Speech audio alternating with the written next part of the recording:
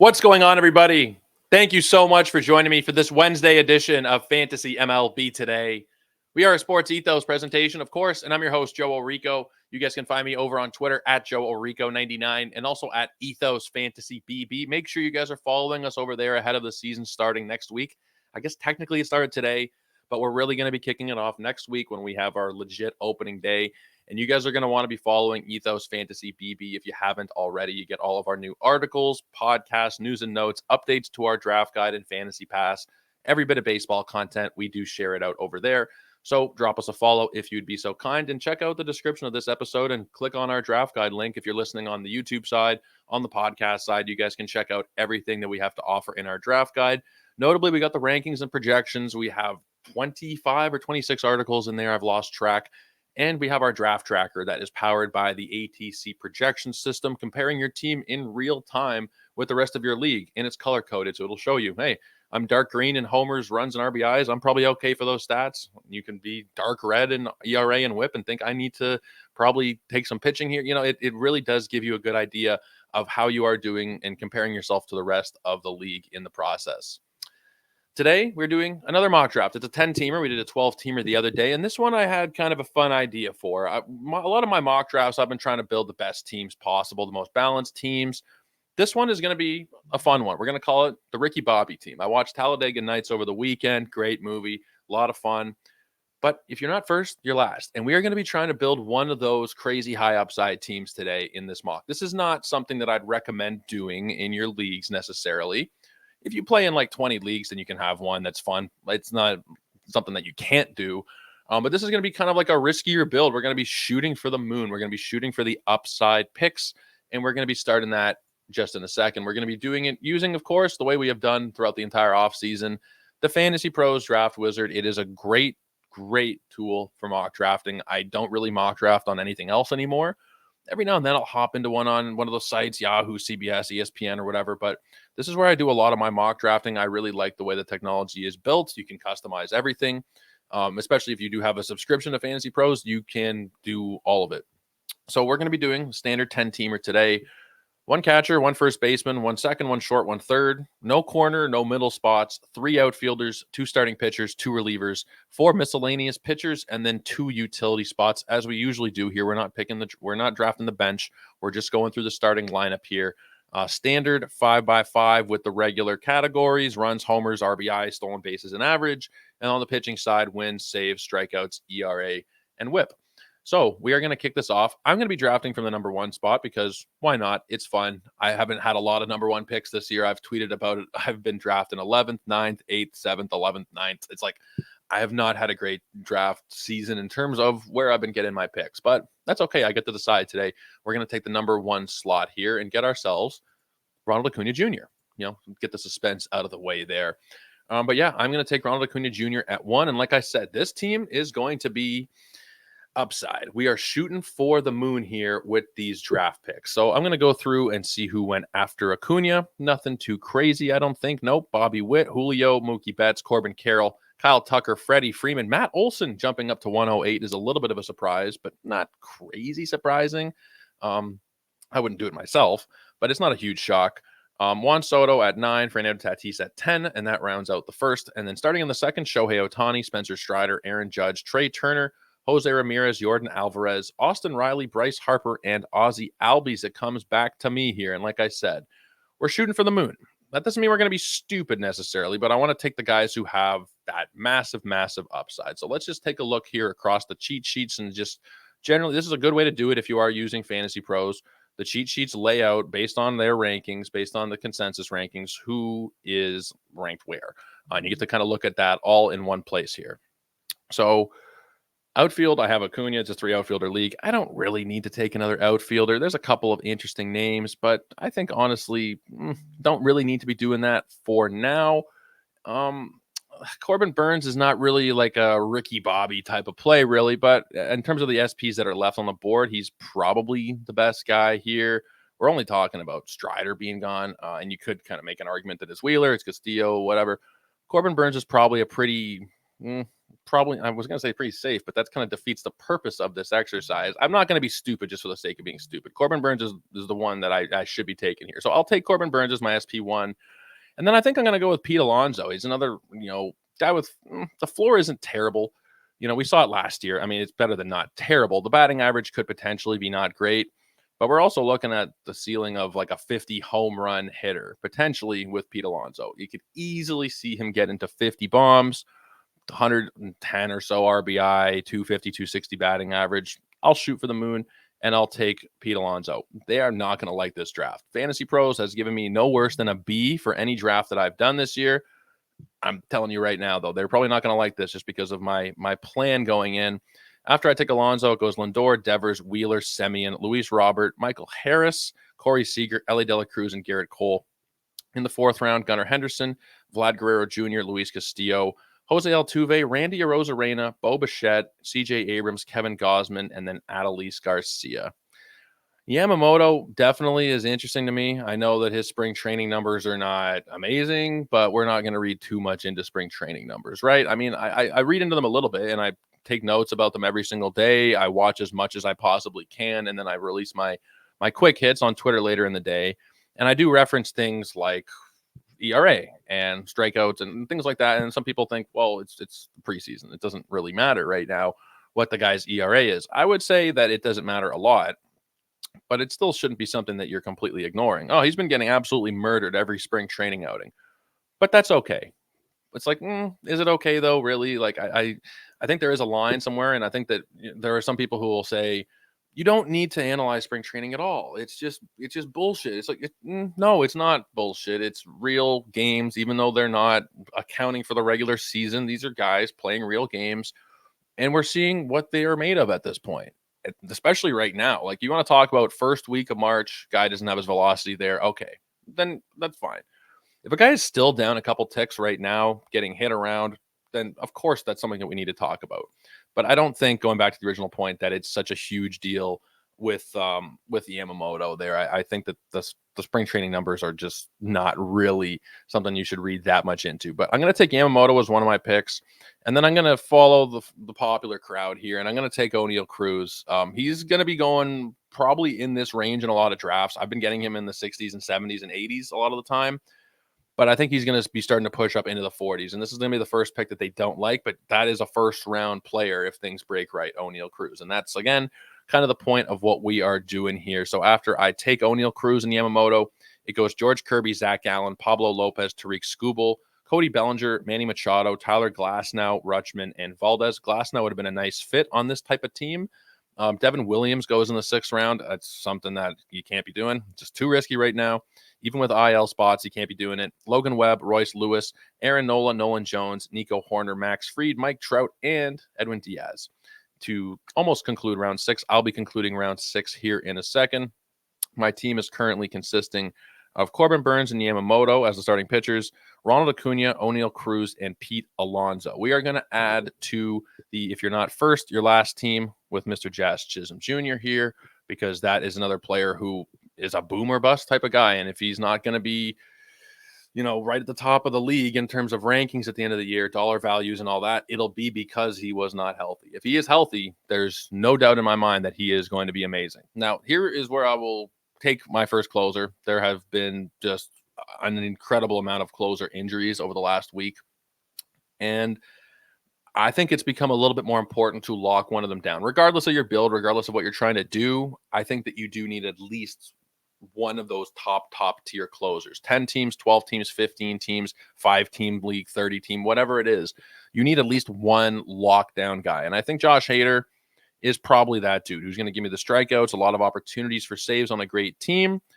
I have no real problem taking him here. He's not somebody that I've generally been clicking on, real drafts, mock drafts, but I like him here, going a little bit later than he generally is going as well.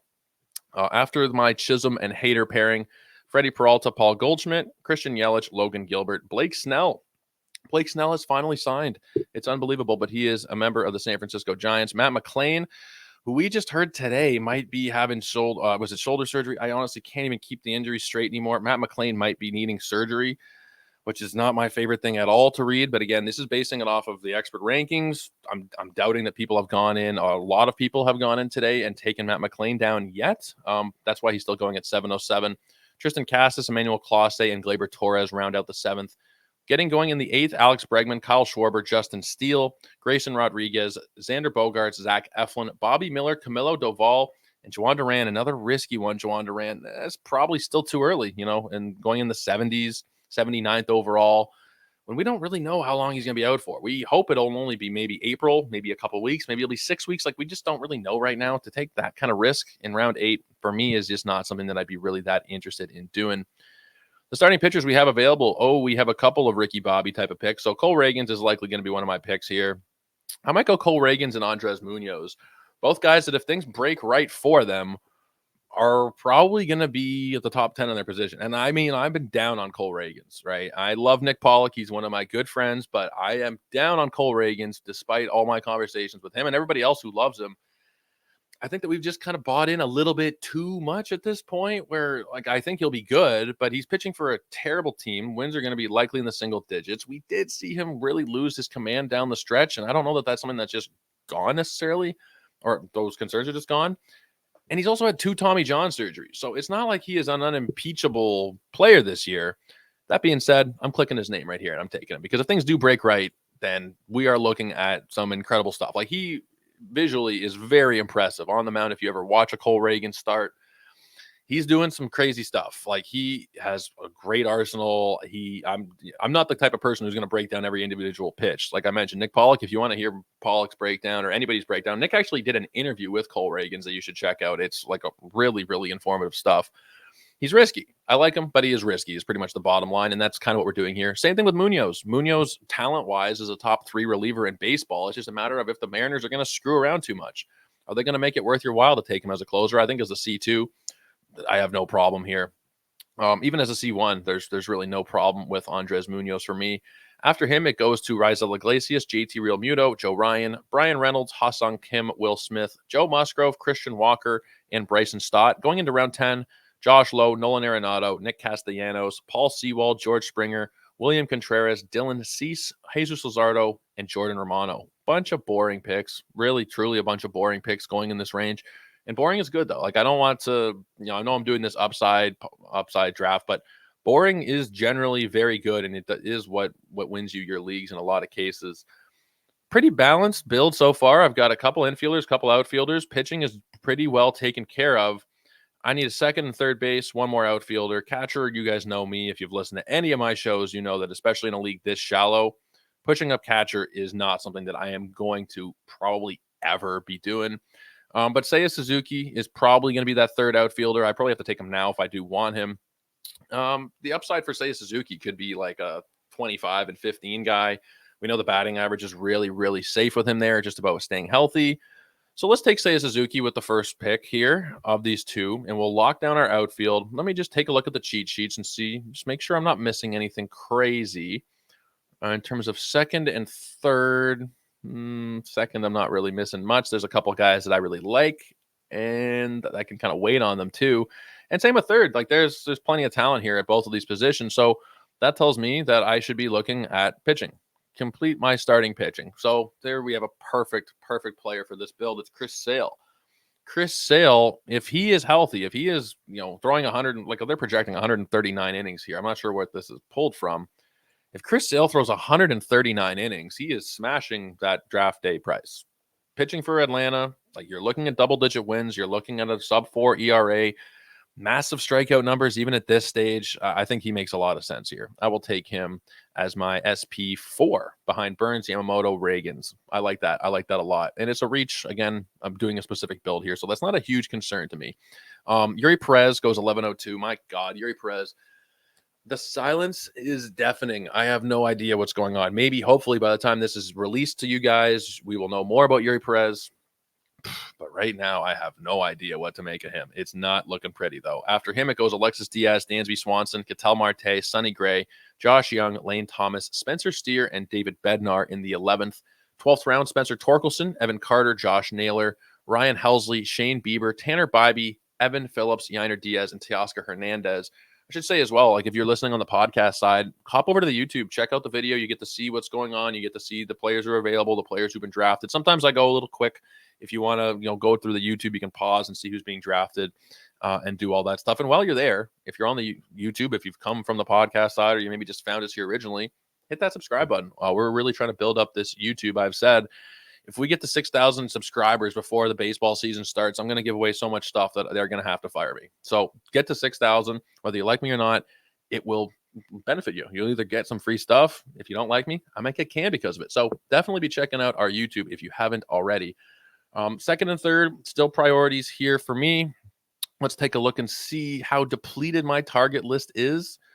Still some names. I think I know who I'm taking at second. I might as well take him now. And I think I know who I'm taking at third, but maybe I can wait on the guy at third. I won't wait on my second baseman anymore. We'll take Thairo Estrada. He's my guy. I don't even care if he's a reach. It's already well known how much I like Thairo. I don't care.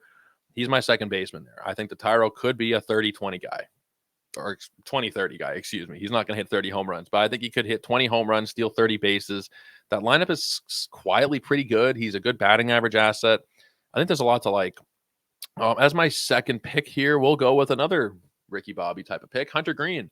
If Hunter Green is able to smash this year, then my God, he could be so good. Like the strikeouts, like he could be a 200 strikeout guy in 150 innings. He could be, I don't want to say he could be Strider, but like he's not so far off. He has a terrible ballpark. Obviously, the team context is not as good, but I think that's kind of like the ceiling for him if he's able to figure things out, and maybe it will require him getting out of Cincinnati, but I think that Hunter Green can win a Cy Young. I think he can very easily win a Cy Young. I just don't know that it'll happen in Cincinnati, but I'll take a chance. I'll take a chance on him here at pick 121 overall. It's a little early for sure. In a 10-team league, though, it is get your guys territory. You don't need to be just focusing just on ADP because people won't follow it as much in shallower formats. They'll do whatever they like.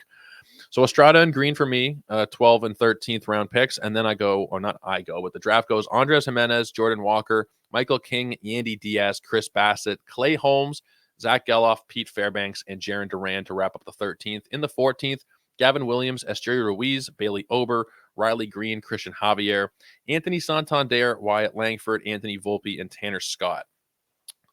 So I need third base. This is when I'm probably going to lock it down. Jake Berger is the guy that I was thinking of. Him or Ke'Bryan Hayes. I think the upside is pretty damn high for both of them. I think Berger could be like a 40 home run guy who gives you decent batting average. Ke'Bryan Hayes could be like a 20-20 guy. I don't think he'll hit 20 home runs probably, but even like, I don't know, 17 and 25 or something like that. I think he could be pretty valuable. I don't buy into what people are saying, which I've seen online a lot. He could be an MVP. He's worth a sprinkle in the MVP betting market. Like, that is ridiculous. There's no chance Ke'Bryan Hayes wins MVP. I will bet my life on it. I will absolutely bet my life on it. But he's still probably a pretty interesting player around this range. I can wait, though. I don't think I need to take him here at 140 necessarily. As a utility spot, I think Vinny P is going to occupy one of them. Certainly, yeah, that's something I don't even really need to think about. The upside there is massive. They're calling it a value pick, and a lot of my picks have been called reaches to this point, so we will take a value pick. Vinny Pasquantino is too heavily discounted. Been talking about it a lot this offseason. He was close to a top 100 pick. He got injured. He had surgery. He's healthy, and now he's like 70 or 80 picks cheaper. I understand him being a little bit cheaper, but I think the price is a little bit too discounted now. And I will take with my last pitching spot, I'll take Carlos Rodon because this is an upside team. If Carlos Rodon is able to break through and be healthy this year, like he's been pretty damn good in spring. He struggled the first couple of outings. His last outing was like 5 2/3 of no hit ball. Like there is a lot to like there still. He's only a couple years removed from being one of the best pitchers in all of baseball, probably the best lefty in baseball for like a 2 or 3 year span. And now people have kind of forgotten about him. 15th round, even with a 10-teamer, that's a very nice price to pay. After him, it goes Christian Encarnacion Strand, Merrill Kelly, Cedric Mullins, Kenley Jansen, and then Jordan Montgomery, Ian Happ, Justin Verlander, Craig Kimbrell, and Mitch Keller. Jordan Montgomery, the poor bastard, I don't even know what the hell is going to happen at this point. Is he even going to have a job? After the year he had last year, it would be absurd if he starts the year without a job, but we're kind of headed that way. Robert Stevenson to kick off round 16, followed by Adbert Alzolay. Weird, really weird to see Stevenson go ahead of Alzolay, but what do I know at this point? With relievers, everything is all over the board. Cal Raleigh at 1603, followed by Yu Darvish, Sal Perez, Walker Buehler, Marcelo Zuna, Luis Arraez, and Jackson Chourio. He would have made a nice little upside play, Jackson Chourio. So I have 3 picks left: a catcher, third base, and a utility. We need just offensive spots left. My third baseman that I was thinking about taking, Ke'Bryan Hayes, is still there. Catchers. Oh, we have the catcher. This is why I wait on catchers. We're in the last couple rounds of the draft, and you still have guys who are arguably top 10 catchers on the board. You love it. You love to see it. It is a 1-catcher, 10-team league, so it's not the most, fair thing for me to say, but still, catchers you can wait on. 10-team league, 12-team league. This is going to look that much different in a 12-team league. There might be 2 more catchers off the board probably at this point than there are. And still a lot to like. So I think Gabriel Moreno is my catcher. I think I'm going to go probably Ke'Bryan Hayes is my third baseman, but so let's take Moreno because I think the upside there is just monstrous. And then third base, let me just see all the hitters that are left available to me. Is there somebody that I'd be passing up? Let's take Ke'Bryan Hayes ahead of ADP and get yelled at. No, they didn't even yell at me. And then we'll see who's left there. Just best hitter available, essentially. Best upside hitter available with that last spot.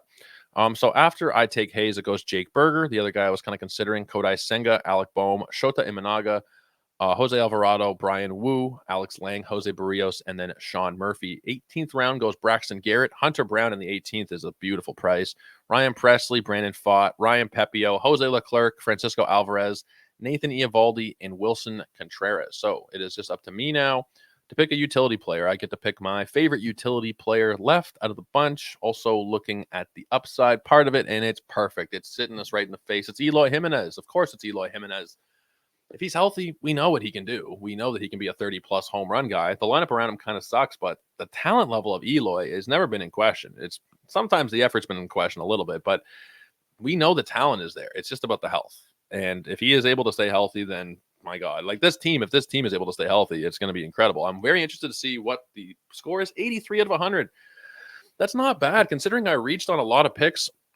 Generally speaking, Fantasy Pros have been pretty happy with me this year in terms of my grades. And I should say, I'm a part of the rankings on Fantasy Pros, but mine are not a part of the system yet. So this is not like, oh, Joe likes his own draft. Like, no, that's not what's going on here. This is the system kind of digging what we got going on. So let's review it here. Gabriel Moreno behind the dish. The infield is Pete Alonso, Thairo Estrada, O'Neill Cruz, and Ke'Bryan Hayes. I might have taken Thairo Estrada in every single mock draft if that's something that you guys want to, want a little hint about anything. Ronald Acuna Jr., Jazz Chisholm, and Seiya Suzuki in the outfield. My utility spots are Vinny Pasquantino and Eloy Jimenez. Starting pitchers, Corbin Burns, Yoshinobu Yamamoto, Cole Reagans, Chris Sale, and Hunter Green. Really like that. The relief pitchers that we have going on, we have Cole Reagans in the relief pitcher spot here instead of Munoz. Another cool thing about Reagans in a lot of leagues this year, relief pitcher eligibility is massive, but my true relief pitchers are Josh Hader and Andres Munoz. That'll do it. That will do it for us, guys. Wanted to mix in a 10-teamer because I know that 12-teamers kind of dominate the discussion, either 12s or 15s. 10-teamers kind of get left in the dark, and I did want to just talk about what I would do in a not standard 10-team league because I wouldn't take this many risks, but honestly, this is kind of generally what it would be looking like for me in this type of league. More upside. You take more upside risks in the shallower formats because if the guys don't pan out, if Jazz Chisholm gets hurt or whatever, then it doesn't cost you as much because the guys still available after the draft on the waiver wire are still very valuable guys. So I do not have any real problem using draft picks on more risky players in this type of league. You guys have seen me playing NFBC 15-team leagues. I'm not taking as many risks there. In fact, I'm not really taking any. But in this kind of format, I can definitely get behind a few risks. So that'll do it. If you guys have any questions, reach out over on Twitter or drop a comment below. But on Twitter at JoeOrico99. Make sure you're checking out the draft guide. That is something we are very proud of here. We know you have a lot of drafts coming up over the next week. Make sure you're prepared by checking out all the great content we have on the written side, the rankings and projection side, and also our draft tracker tool. We'll be back again tomorrow. But until then, everybody, take care and have a great night.